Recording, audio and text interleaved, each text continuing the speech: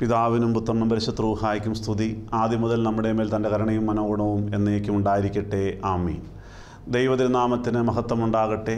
സാന്ത്വനമെന്ന ശുശ്രൂഷയിലൂടെ കർത്താവായ യേശുക്രിസ്തു ഇന്നും ജീവിക്കുന്നു എന്നുള്ള സുവിശേഷം പ്രഘോഷിക്കുവാൻ തക്കവണ്ണം ബലഹീനനായ എനിക്ക് ആയുസ്സും ആരോഗ്യവും അവസരമൊരുക്കിയ ദൈവത്തെ മുന്നമേ സ്തോത്രം ചെയ്യുന്നു. എല്ലാ പ്രിയപ്പെട്ടവർക്കും കർത്താവായ യേശുവിൻ്റെ ജയകരമായ നാമത്തിൽ എൻ്റെ സ്നേഹവന്ദനം മുന്നമേ അറിയിക്കുന്നു. കർത്താവിന് അനുഗ്രഹിക്കപ്പെട്ട ദൈവജനമേ, നമുക്കേവർക്കും സുപരിചിതമായ ഒരു വേദവാക്യം, നമ്മുടെ കർത്താവ് തമ്പുരാൻ കൽപ്പിച്ചതായ ഒരു തിരുവചനം ഇന്ന് ധ്യാനിക്കുവാൻ ഞാൻ കർത്താവിൽ ആശ്രയിച്ചുകൊണ്ട് ചിന്തിക്കുമ്പോൾ ഇന്നത്തെ തിരുവചന ശുശ്രൂഷയ്ക്കായി തിരഞ്ഞെടുത്തിരിക്കുന്ന വേദഭാഗം വിശുദ്ധ യോഹന്നാൻ്റെ സുവിശേഷം 13-ാം അധ്യായം 34-35 തിരുവചനങ്ങളാണ്. നിങ്ങൾ തമ്മിൽ സ്നേഹിക്കണമെന്ന് പുതിയൊരു കൽപ്പന ഞാൻ നിങ്ങൾക്ക് തരുന്നു. ഞാൻ നിങ്ങളെ സ്നേഹിച്ചതുപോലെ നിങ്ങളും തമ്മിൽ സ്നേഹിക്കണം എന്ന് തന്നെ. നിങ്ങൾക്ക് തമ്മിൽ സ്നേഹം ഉണ്ട് എങ്കിൽ നിങ്ങൾ എൻ്റെ ശിഷ്യന്മാരെന്ന് എല്ലാവരും അറിയും. ദൈവതിരുനാമത്തിന് മഹത്വമുണ്ടാകട്ടെ. കർത്താവിൻ്റെ ഏറ്റവും പ്രധാനപ്പെട്ട കൽപ്പന, കർത്താവ് തമ്പുരാൻ സ്വർഗാരോഹണം ചെയ്യുന്നതിന് മുമ്പ് ശിഷ്യന്മാരോട് ചില കാര്യങ്ങൾ പറഞ്ഞ് ഫലമേൽപ്പിക്കുമ്പോൾ ഏറ്റവും പ്രധാനപ്പെട്ട കൽപ്പനയായി, ഒരു പുതിയൊരു കൽപ്പനയായിട്ട് കർത്താവ് ശിഷ്യന്മാരോട് പറഞ്ഞത് നമ്മോട് തന്നെയാണല്ലോ പറഞ്ഞത്. പ്രിയ സഹോദരങ്ങളെ, കർത്താവ് പറയുകയാണ്, ഞാൻ പുതിയൊരു കൽപ്പന നിങ്ങൾക്ക് തരുന്നു. ഞാൻ നിങ്ങളെ സ്നേഹിച്ചതുപോലെ നിങ്ങളും പരസ്പരം സ്നേഹിക്കണമെന്നുള്ളതാകുന്നു എൻ്റെ കൽപ്പന. വീണ്ടും കർത്താവ് പറയുകയാണ്, നിങ്ങൾക്ക് തമ്മിൽ സ്നേഹം ഉണ്ടെങ്കിൽ നിങ്ങൾ എൻ്റെ ശിഷ്യന്മാരെന്ന് എല്ലാവരും അറിയും. വാസ്തവത്തിൽ ഈ ഒരു പ്രധാനപ്പെട്ട കാര്യമല്ലേ ക്രിസ്ത്യാനികളായ നമ്മുടെ ജീവിതത്തിൽ പ്രാവർത്തികമാക്കേണ്ടത്. നാം കർത്താവിൻ്റെ ശിഷ്യന്മാരെന്ന്, നാം ക്രിസ്ത്യാനികളെന്ന് മറ്റുള്ളവർ പറയുവാൻ ഇടയാക്കേണ്ടതല്ലേ? പ്രിയപ്പെട്ടവരെ, അതാണ് സംഭവിക്കേണ്ടത്. എന്നാൽ അങ്ങനെ സംഭവിക്കുന്നില്ല എന്നുള്ളതും നമുക്കറിയാവുന്ന കാര്യം തന്നെയാണ്. ഈയിടെ കോളേജിൽ ഡിഗ്രി കോഴ്സിന് പഠിക്കുന്നതായ ഒരു പെൺകുട്ടി എന്നോട് പങ്കുവച്ചതായ ഒരു കാര്യം. ആ പെൺകുട്ടി പറഞ്ഞത്, കോളേജ് കഴിഞ്ഞ് 4 മണിയോടുകൂടി വീട്ടിലെത്തുന്നതായ ആ പെൺകുട്ടി വീട്ടിലെ ജോലികളെല്ലാം ചെയ്യും. ആ കുഞ്ഞിൻ്റെ അമ്മ സർക്കാർ ജോലിക്കാരിയാണ്. ആ ജോലി കഴിഞ്ഞ് ഒരു 6 മണിയോടുകൂടി വീട്ടിലെത്തും. എന്നാൽ ആ അമ്മ വീട്ടിലെ ഒരു കാര്യങ്ങളോ മക്കളുടെ കാര്യങ്ങളോ ഒന്നും ശ്രദ്ധിക്കാതെ മകൾ ഉണ്ടാക്കി വെച്ചതായ ചായ കുടിച്ചുകൊണ്ട് വാട്സപ്പിൻ്റെ ലോകത്തേക്ക് മാറുകയാണ്. പപ്പ ജോലി കഴിഞ്ഞ് രാത്രി 8:30 വീട്ടിലെത്തും. പപ്പ വന്നാൽ പിന്നെ വാട്സപ്പിൻ്റെ അല്ലെങ്കിൽ ഫേസ്ബുക്കിൻ്റെ മൊബൈൽ ഫോണിൻ്റെ പിടിയിൽ തന്നെയാണ്. മിക്കവാറും ആ പിതാവ് വീടിൻ്റെ മുറ്റത്തുകൂടി അങ്ങോട്ടും ഇങ്ങോട്ടും നടന്നുകൊണ്ട് ഫോണിൽ കൂടി സംസാരിക്കുന്ന കാഴ്ചയാണ് കുഞ്ഞുങ്ങൾ കാണുന്നത്. ഈ പറയുന്ന മകൾക്ക് ഇളയ സഹോദരൻ കൂടിയുണ്ട്. വീണ്ടും പറഞ്ഞു, പപ്പയുടെ അമ്മ ഗ്രാൻഡ് മദർ വീട്ടിലുണ്ട്, ഈ അമ്മച്ചി മിക്കവാറും സമയം TV-യുടെ മുമ്പിലാണ് എന്ന് പറഞ്ഞു. ആ മോള് പറഞ്ഞ കാര്യം, അച്ഛാ, ഞങ്ങളെ സ്നേഹിക്കുവാൻ വീട്ടിൽ ഞങ്ങൾക്ക് ആരുമില്ല. പപ്പയുണ്ട്, മമ്മിയുണ്ട്, വല്യാമ്മയുണ്ട്, പക്ഷേ ഞങ്ങളോട് മിണ്ടുവാനോ ഞങ്ങളെ സ്നേഹിക്കുവാൻ ഞങ്ങൾക്കാരുമില്ല. ഞങ്ങൾ വഴിതെറ്റിപ്പോയാലും ഇവർക്കാർക്കും യാതൊരു പ്രശ്നവുമില്ല എന്ന് തോന്നിപ്പോകുന്നു എന്ന് ആ കുഞ്ഞ് പറഞ്ഞു. ഒരുമിച്ച് പ്രാർത്ഥനയില്ല, ഒരുമിച്ച് ഭക്ഷണം കഴിക്കലില്ല. പ്രിയപ്പെട്ടവരെ, വാസ്തവത്തിൽ അത് കേട്ടപ്പോൾ ഒത്തിരി സങ്കടം തോന്നി. മിക്കവാറും ക്രിസ്തീയ ഭവനങ്ങളിൽ ഇപ്രകാരമുള്ളതായ ഒരു വലിയ ദുരിതാവസ്ഥയിലേക്ക് ഇന്ന് മുന്നോട്ട് പോകുന്ന ഒരു കാഴ്ചയാണ് കണ്ടുവരുന്നത്. പ്രിയ സഹോദരങ്ങളെ, വാസ്തവത്തിൽ ഇതാണോ ഒരു ക്രിസ്തീയ ജീവിതം? നമ്മുടെ ഭവനത്തിൽ സ്നേഹമില്ല എങ്കിൽ, നമ്മുടെ കുഞ്ഞുങ്ങൾക്ക് നാം മാതാപിതാക്കന്മാർ സ്നേഹം കൊടുത്തില്ല എങ്കിൽ, കുഞ്ഞുങ്ങൾ സ്നേഹമാണെന്ന് കരുതി മറ്റ് പല സ്നേഹത്തിലേക്കും ഈ നാളുകളിൽ വഴിതിരിഞ്ഞു പോകുന്നു എന്നുള്ളതും യാഥാർത്ഥ്യമാണ്. ഇങ്ങനെയുള്ള കുടുംബജീവിതങ്ങൾ വാസ്തവത്തിൽ സ്നേഹമില്ലാതെ, സ്നേഹം കിട്ടാതെ, സ്നേഹം കൊടുക്കാതെ വാശിയും വൈരാഗ്യവുമായിട്ട് മുന്നോട്ട് പോകുമ്പോൾ, അല്ല അവിടെ നിരാശ കുമിഞ്ഞുകൂടുമ്പോൾ, നമ്മുടെ ഭവനത്തിൽ അസമാധാനം പുകയുമ്പോൾ, വാസ്തവത്തിൽ നമ്മുടെ കുടുംബത്തിൻ്റെ അവസ്ഥ കണ്ടുകൊണ്ട്, നമ്മുടെ ക്രിസ്തീയ ജീവിതം കണ്ടുകൊണ്ട് മറ്റാരെങ്കിലും ഈ നാളുകളിൽ നാം ക്രിസ്ത്യാനികളാണെന്ന് പറയുന്നുണ്ടോ എന്ന് ചോദിച്ചാൽ പറയുന്നില്ല എന്നുള്ളതാണല്ലോ ഉത്തരം. ഇന്ന് ക്രിസ്തുവില്ലാത്ത ക്രിസ്ത്യാനിത്വമായി ക്രിസ്തീയ ജീവിതങ്ങൾ മാറിക്കൊണ്ടിരിക്കുകയാണ്. ക്രിസ്ത്യാനിറ്റി വിത്തൗട്ട് ക്രൈസ്റ്റ് എന്നുള്ളതായ ഒരു വലിയ വേദനാജനകമായ അവസ്ഥയിലേക്ക് ക്രിസ്തീയ ജീവിതങ്ങൾ മാറിക്കൊണ്ട് ഇരിക്കുന്നു. പ്രിയപ്പെട്ടവരെ, അതിലൊരു മാറ്റമുണ്ടാകണം. കർത്താവ് പറയുന്നു, നിങ്ങൾ പരസ്പരം സ്നേഹിക്കണം എന്നുള്ളത്. ആ കർത്താവിൻ്റെ വാക്കുകേട്ട് അനുസരിച്ചുകൊണ്ട് അവൻ തന്നതായ സ്നേഹം മറ്റുള്ളവർക്ക് പങ്കുവയ്ക്കുമ്പോഴാണ്, മറ്റുള്ളവരെ സ്നേഹിക്കുമ്പോഴാണ്, സ്നേഹത്തോടെ പെരുമാറുമ്പോഴാണ് നാം വാസ്തവത്തിൽ ക്രിസ്തുവിൻ്റെ ശിഷ്യന്മാരായിട്ട് മാറുന്നത്. ദൈവതിരുനാമത്തിന് മഹത്വമുണ്ടാകട്ടെ. കർത്താവ് നമ്മെ പഠിപ്പിച്ചത് ആ കാര്യത്തോടെ ചേർത്ത് ചിന്തിക്കുമ്പോൾ വിശുദ്ധ യോഹന്നാൻ്റെ സുവിശേഷം 14-ാം അധ്യായം 21-ാം വാക്യത്തിൽ കർത്താവ് തന്നെ പറഞ്ഞ കാര്യമാണ്, എന്നെ സ്നേഹിക്കുന്നവൻ എൻ്റെ വചനം പ്രമാണിക്കുന്നു. എന്നെ സ്നേഹിക്കാത്തവൻ, വീണ്ടും കർത്താവ് പറയുകയാണ്, എന്നെ സ്നേഹിക്കാത്തവൻ എൻ്റെ വചനം പ്രമാണിക്കുന്നില്ല. ഈ നാളുകളിൽ സുവിശേഷം പ്രസംഗിച്ചുകൊണ്ട്, സുവിശേഷം കേട്ടുകൊണ്ട്, ദൈവവചനത്തിന് വലിയ ദാഹത്തോടെ ഞാനും നിങ്ങളും വചനം കേട്ടുകൊണ്ട് മുന്നോട്ട് പോകുമ്പോൾ തിരുവചനം ഇഷ്ടം പോലെ കേൾക്കുന്നുണ്ട്. പക്ഷേ തിരുവചനം കേട്ടിട്ട് ആ കർത്താവിൻ്റെ കൽപ്പന ലഭിച്ചിട്ട് അത് പാലിക്കാതെ നാം മുന്നോട്ട് പോകുന്നുവെങ്കിൽ വാസ്തവത്തിൽ യേശുവിനെ തന്നെ സ്നേഹിക്കാതെ നാം മുന്നോട്ട് പോകുകയല്ലേ? തീർച്ചയായിട്ടും അതെ. പ്രിയ സഹോദരങ്ങളെ, ആ ദൈവത്തിൻ്റെ കൽപ്പന കേട്ടിട്ടും നാം അത് അനുസരിച്ചില്ല എങ്കിൽ നാം ദൈവത്തെ സ്നേഹിക്കുന്നില്ല. അതാണ് കർത്താവ് തമ്പുരാൻ നമ്മെ പഠിപ്പിച്ചത്. ആയതിനാൽ ഇന്ന ദിനത്തിൽ ഞാൻ ആദ്യം പറഞ്ഞ സംഭവം പോലെ ഒത്തിരി കാര്യങ്ങൾ കേട്ട് മുന്നോട്ട് പോകുമ്പോൾ സ്നേഹം കിട്ടാതെ പല കുടുംബങ്ങളിലും നമ്മുടെ പ്രിയപ്പെട്ടവർ, മാതാപിതാക്കന്മാർ ഉൾപ്പെടെ, സഹോദരി സഹോദരന്മാർ ഉൾപ്പെടെ സ്നേഹം കിട്ടാതെ സ്നേഹത്തിന് വേണ്ടി അലയുന്നവരായിട്ട് മുന്നോട്ട് പോകുമ്പോൾ നമ്മുടെ കുടുംബജീവിതത്തിലല്ലേ ആദ്യം ഒരു സാക്ഷ്യം ഉണ്ടാകേണ്ടത്? അവിടെയല്ലേ സുവിശേഷം ആദ്യം വിതയ്ക്കപ്പെടേണ്ടത്? തീർച്ചയായിട്ടും അതെ. ഈയിടെ ഒരു പ്രായമുള്ള അപ്പച്ചനും അമ്മച്ചിയും സങ്കടത്തോടെ പറഞ്ഞൊരു കാര്യമുണ്ട്. 3 പെൺമക്കളുണ്ടായി. 3 പേരെയും പഠിപ്പിച്ചു, കഷ്ടപ്പെട്ട് പഠിപ്പിച്ചു. കാരണം ഇവരെല്ലാം കൃഷിപ്പണിക്കാരായിരുന്നു. വളരെ കഷ്ടപ്പെട്ട് അവരെ പഠിപ്പിച്ച് വിദ്യാഭ്യാസം കൊടുത്തു. തക്ക സമയത്ത് അവർക്കെല്ലാവരും ജോലിയായി. തക്ക സമയത്ത് വിവാഹാലോചനകൾ നടത്തി. അതെല്ലാം വളരെ ഭംഗിയായിട്ട് ചെയ്തയച്ചു. 3 പെൺമക്കളെയും വിവാഹം കഴിച്ചയച്ചു. 3 പെൺമക്കളും വളരെ സന്തോഷമായിട്ട് ജീവിക്കുന്നു. സ്വദേശത്തും വിദേശത്തും ജോലിയുള്ളവരാണ്, സാമ്പത്തിക ഭദ്രതയുള്ളവരാണ്. അവരെല്ലാവരും ഭർത്താക്കന്മാരോടും മക്കളോടും ഒപ്പം സന്തോഷമായി ജീവിക്കുന്നു. ഈ മാതാപിതാക്കന്മാർക്ക് സന്തോഷമാണ്. പക്ഷേ അവർ പറയുന്നു, ആ 3 മക്കളും ഇപ്പോൾ ഞങ്ങളെ തിരിഞ്ഞു നോക്കുന്നില്ല, ഞങ്ങളോട് സ്നേഹമില്ല, ഞങ്ങളെ വിളിക്കാൻ പോലും മടിയാണ്. വളരെ കഷ്ടപ്പെട്ട് വളർത്തി വലുതാക്കിയതായ മക്കൾ ഈ നാളുകളിൽ അപ്പനും അമ്മയും പ്രായമായി ആ ഒരവസ്ഥയിലായിരിക്കുമ്പോൾ അപ്പനെയും അമ്മയും തിരിഞ്ഞു നോക്കാതെ മുന്നോട്ട് പോകുന്നു. അതിന് പല കാരണങ്ങളും ഓരോ മക്കളും പറയുന്നുണ്ട്. സ്വത്ത് വീതം വെച്ചപ്പോൾ കുറഞ്ഞുപോയി, പല കുറ്റങ്ങളും ആരോപിക്കുകയാണ്, പല കാരണങ്ങളും പറയുന്നു. ആ മാതാപിതാക്കന്മാർ കണ്ണുനീരോടെ എന്നോട് പറഞ്ഞു, അച്ഛാ മക്കളുടെ സ്നേഹം കിട്ടുന്നില്ല, മരുമക്കളുടെ സ്നേഹം കിട്ടുന്നില്ല, അവിടെ കുഞ്ഞുങ്ങളുടെ സ്നേഹം കിട്ടുന്നില്ല. പ്രായമുള്ള അപ്പച്ചനും അമ്മച്ചിയും സങ്കടത്തോടെ പറഞ്ഞു. പ്രിയ സഹോദരങ്ങളെ, ആ പറയുന്നതായ മക്കൾ ഏത് ഉന്നത സ്ഥാനത്തായിരുന്നാലും അവർക്ക് മാതാപിതാക്കന്മാരോട് സ്നേഹം പങ്കുവയ്ക്കുവാൻ കഴിയുന്നില്ല എങ്കിൽ അവർ യേശുവിനെ സ്നേഹിക്കുന്നില്ല എന്നുള്ളതും നിശ്ചയമായ കാര്യം തന്നെയാണ്. എന്നെ കേൾക്കുന്ന എല്ലാവരും ശ്രദ്ധിക്കേണ്ട കാര്യം അത് തന്നെയാണ്. അപ്പോസ്തലനായ പൗലോസ്ലീഹ 1 കൊരിന്ത്യർ ലേഖനം 13-ാം അധ്യായം 1-2 വാക്യങ്ങളിൽ ഇപ്രകാരം പറയുന്നുണ്ട്, ഞാൻ മനുഷ്യരുടെയും ദൂതന്മാരുടെയും ഭാഷകൾ സംസാരിച്ചാലും എനിക്ക് സ്നേഹമില്ല എങ്കിൽ ഞാൻ മുഴങ്ങുന്ന ചെമ്പോ ചിലമ്പുന്ന കൈത്താളമോ അത്രേ. പൗലോസ്ലീഹ വ്യക്തമായിട്ട് പഠിപ്പിക്കുകയാണ്, ഞാൻ മനുഷ്യരുടെയും ദൂതന്മാരുടെയും ഭാഷകൾ സംസാരിച്ചാലും, ഞാൻ പ്രവചനവരങ്ങളുള്ള വ്യക്തിയായിരുന്നാലും, ഞാൻ പ്രസംഗിക്കുന്ന വ്യക്തിയാണെങ്കിലും, ആത്മീയ ശുശ്രൂഷകൾ മുൻപന്തിയിലായിരുന്നാലും, എന്തൊക്കെയാണെങ്കിലും, ഞാൻ ഉന്നതമായ ഒരു സ്ഥാനത്തിരിക്കുന്ന വ്യക്തിയാണെങ്കിലും എനിക്ക് സ്നേഹമില്ല എങ്കിൽ, എൻ്റെ ജീവിതത്തിൽ ഞാൻ സ്നേഹം പ്രകടിപ്പിക്കുന്നില്ല എങ്കിൽ എൻ്റെ ജീവിതം, എൻ്റെ ശുശ്രൂഷകൾ ഞാൻ മുഴങ്ങുന്ന ചെമ്പോ ചിലമ്പുന്ന കൈത്താളമോ അത്രേ എന്ന്. പ്രിയപ്പെട്ടവരെ, ഇന്ന് പലപ്പോഴും തിരുവചന ശുശ്രൂഷകളിൽ പരിശുദ്ധാത്മാവ് എൻ്റെ വ്യാപാരം ഉണ്ടായിരിക്കുന്നതിൻ്റെ പ്രധാനപ്പെട്ട കാര്യമെന്ന് പറയുന്നത് ആ ശുശ്രൂഷ നയിക്കുന്നതായ വ്യക്തികൾ പലപ്പോഴും സ്നേഹമില്ലാത്തവരായി ജീവിക്കുന്നതുകൊണ്ട് തന്നെയാണ്. പ്രിയപ്പെട്ടവരെ, അതിനൊരു മാറ്റമുണ്ടാകണമെങ്കിൽ എല്ലാവരും സ്നേഹമുള്ളവരായി മാറണം. സ്നേഹമാണ് ഒരു ക്രിസ്തീയ ജീവിതത്തിൻ്റെ അടിസ്ഥാന കാര്യമെന്ന് പറയുന്നത്. ആ അധ്യായത്തിൽ 13-ാം അധ്യായത്തിൽ ഒത്തിരി കാര്യങ്ങൾ പൗലോസ് നമ്മോട് പറഞ്ഞു വരുന്നുണ്ട്.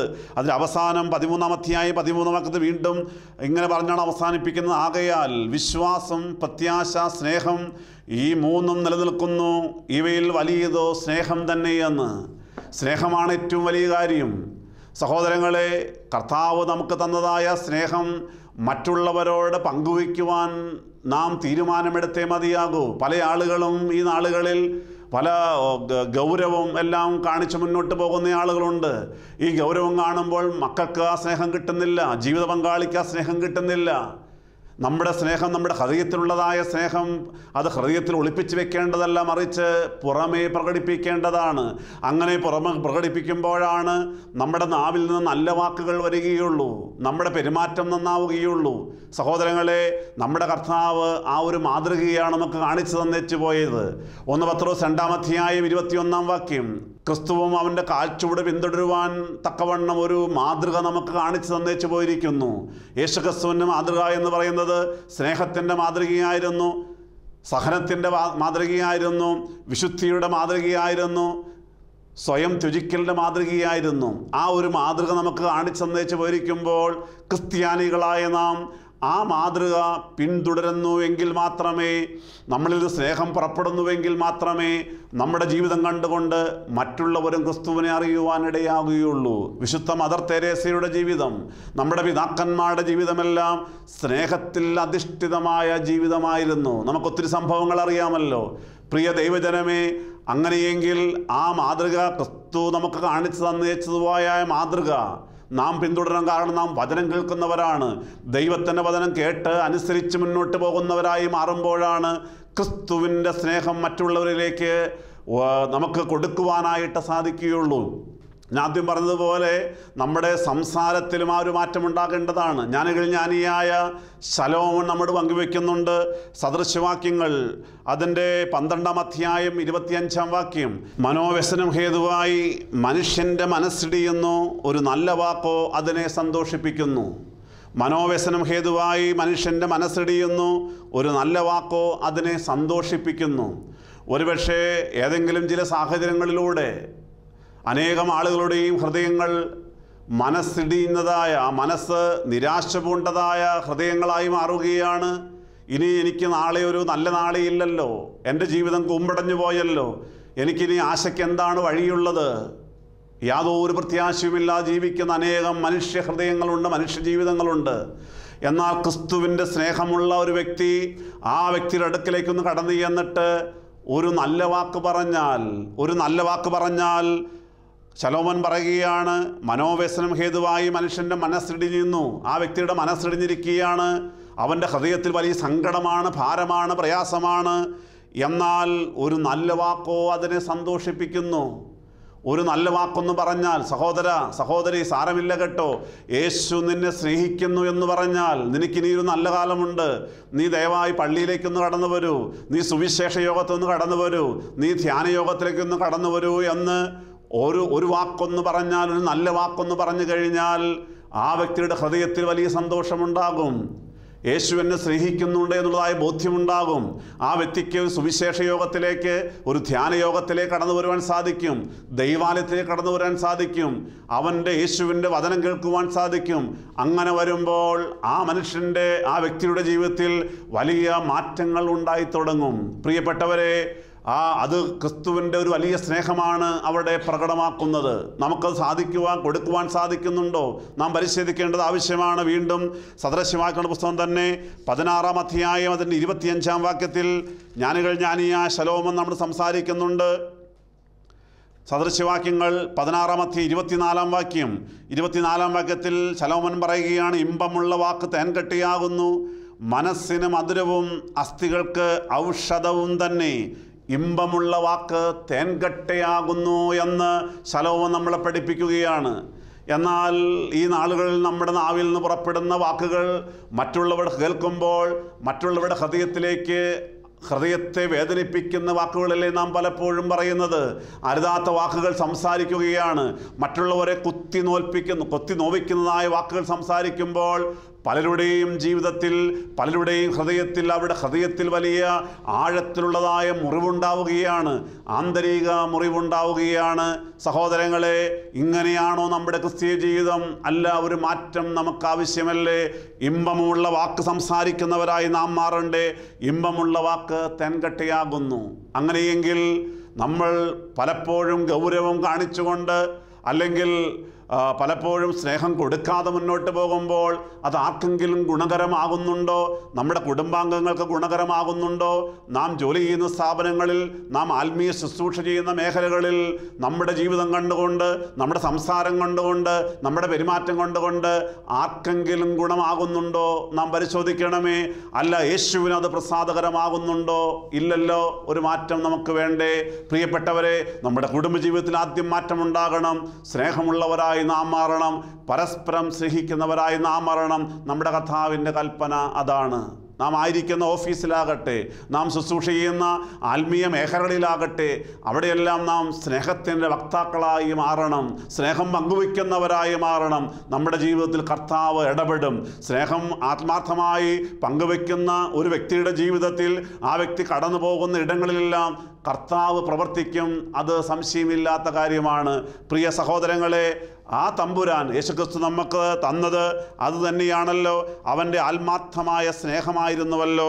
1 യോഹന്നാൻ 3-16 വാക്യം, 1 യോഹന്നാൻ 3-16 വാക്യം, അവൻ നമുക്ക് വേണ്ടി തൻ്റെ പ്രാണനെ വെച്ചു കൊടുത്തതിനാൽ നാം സ്നേഹമെന്ത് എന്ന് അറിഞ്ഞിരിക്കുന്നു. പ്രിയപ്പെട്ടവരെ, യേശുക്രിസ്തു പിതാവാൻ ദൈവത്തിൻ്റെ കൽപ്പന പാലിച്ചുകൊണ്ട് ഈ ലോകത്തിലേക്ക് എഴുന്നള്ളി വന്നു.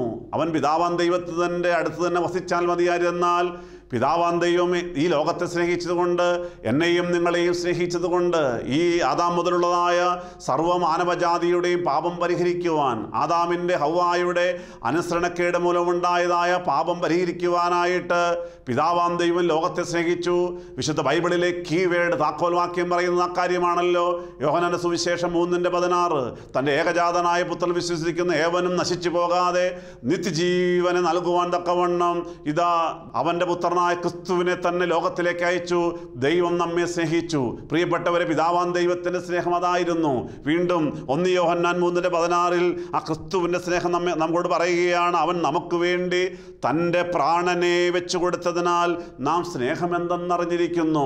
സ്വന്തം പ്രാണനെ കാൽവറി ക്രൂശിൽ നമുക്ക് വേണ്ടി വെച്ച് തന്നാണ് നമ്മുടെ കർത്താവ് തമ്പുരാൻ. പിതാവാൻ ദൈവത്തിൻ്റെ കൽപ്പന പാലിച്ചുകൊണ്ട് ലോകത്തിലേക്ക് എഴുന്നള്ളി വന്നു. ഈ ലോകത്തിലുള്ളതായ എൻ്റെയും നിങ്ങളുടെയും പ്രാണൻ്റെ വില, ആത്മാവിൻ്റെ വില മനസ്സാക്കിക്കൊണ്ട് ആ കർത്താവ് തമ്പുരാൻ നമ്മുടെ എല്ലാവരെയും സ്നേഹിക്കുന്നുകൊണ്ടാണ് നമ്മുടെ പാപത്തിന് പരിഹാരമായിട്ട് അവൻ സ്വന്തം പ്രാണനെയാണ് കാൽവറിയുടെ മഹോന്നതങ്ങളിൽ നമുക്കായി വെച്ച് തന്നത്. പ്രിയപ്പെട്ടവരെ, ആ സ്നേഹം നാം മറ്റുള്ളവരിലേക്ക് പങ്കുവയ്ക്കുവാൻ നാം ചിന്തിക്കണം. ആ വാക്യം തുടർന്ന് പരിശോധിക്കുമ്പോൾ വീണ്ടും വചനം വായിക്കുന്ന പ്രകാരമാണ്, സ്നേഹം നാമും സഹോദരന്മാർക്ക് വേണ്ടി പ്രാണന വെച്ചു കൊടുക്കേണ്ടതാകുന്നു.